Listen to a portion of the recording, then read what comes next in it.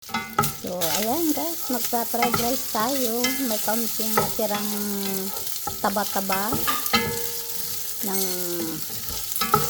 prinito kong baboy, karne ng baboy.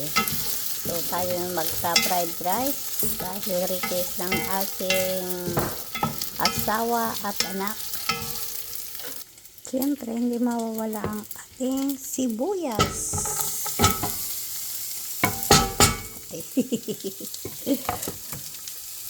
Siyempre, hindi mawawala ang ating bawang.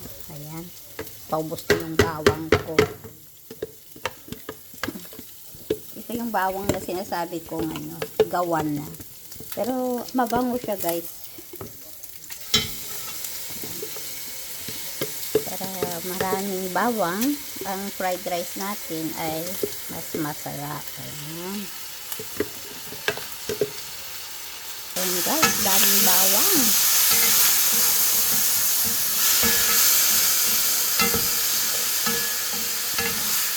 So, ayan, habang inaano muna natin yung taba-taba, medyo tutungin natin siya kaunti. Tayo ay anuhin natin. Anong tawag sa Ilocano?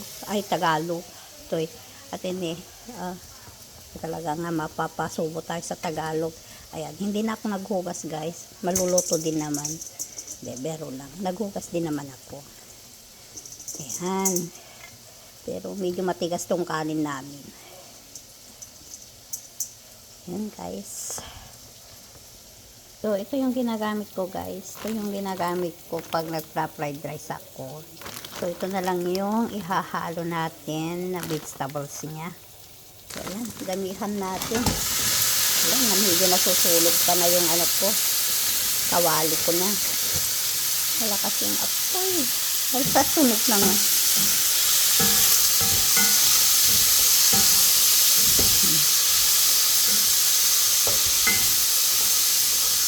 Dahil frozen, so medyo na lang dyan.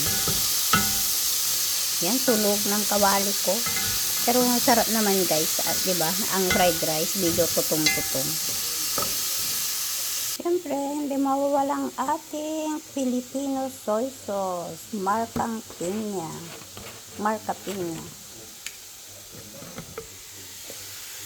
Lagyan na natin. Kaunti lang para hindi maalat. Tapos ang ating paminta. Ayan, damihan natin para mas masarap. At hindi mawawala ang ating red pepper. Ayan, para medyo manghanghang siya kaunti.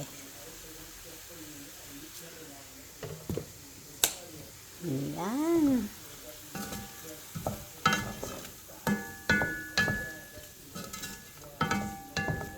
Sunday morning. Ay, hindi pala. Tanghali na. So, pang lunch na lang to guys. Lunch, dinner, pag hindi naubos. O, diba? Minsanan ng luto na lang. Para mas malinamnam ang ating fried rice, lagyan natin ng butter. Pero sa it's margarine. Ayan, damihan natin para manilinamnam. Sarap. Naaamoy nyo guys. Naamoy ni Dabiana. Kaya pa lakad-lakad siya dito. Ayan. Para matunaw na lang siya dyan guys. So, ayan guys. Lagay na natin yung kanin. Dami. Talagang pang na rin to. Pang dinner na rin guys.